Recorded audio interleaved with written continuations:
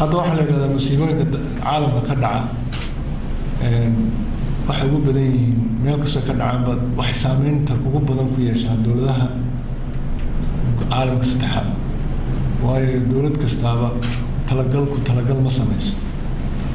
wixii markaas ay haysato bacuntaa dan khalas halkaas baa laga baxaa xaalka la doonaya waxa la doonaya si loogu adkeysiga loogu yeesho waa inuu qorshe jira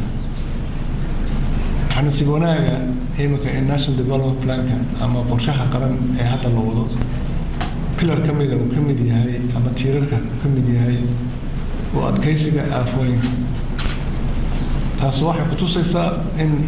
sida loogu baahan yahay ama muhiimadda ay leedahay in la sameeyo qorshe lagaga hortagi karayo dhibaatooyinka intaanay dhicin musiibooyinka intaanay dhicin in laga hortago dad markaa saa wadaan baa la rabaa ilaahay sii xoojisaan marka aad iyo aad baan ku mahadnaqayaa iyo dhammaan kasoo qaybgalayaasha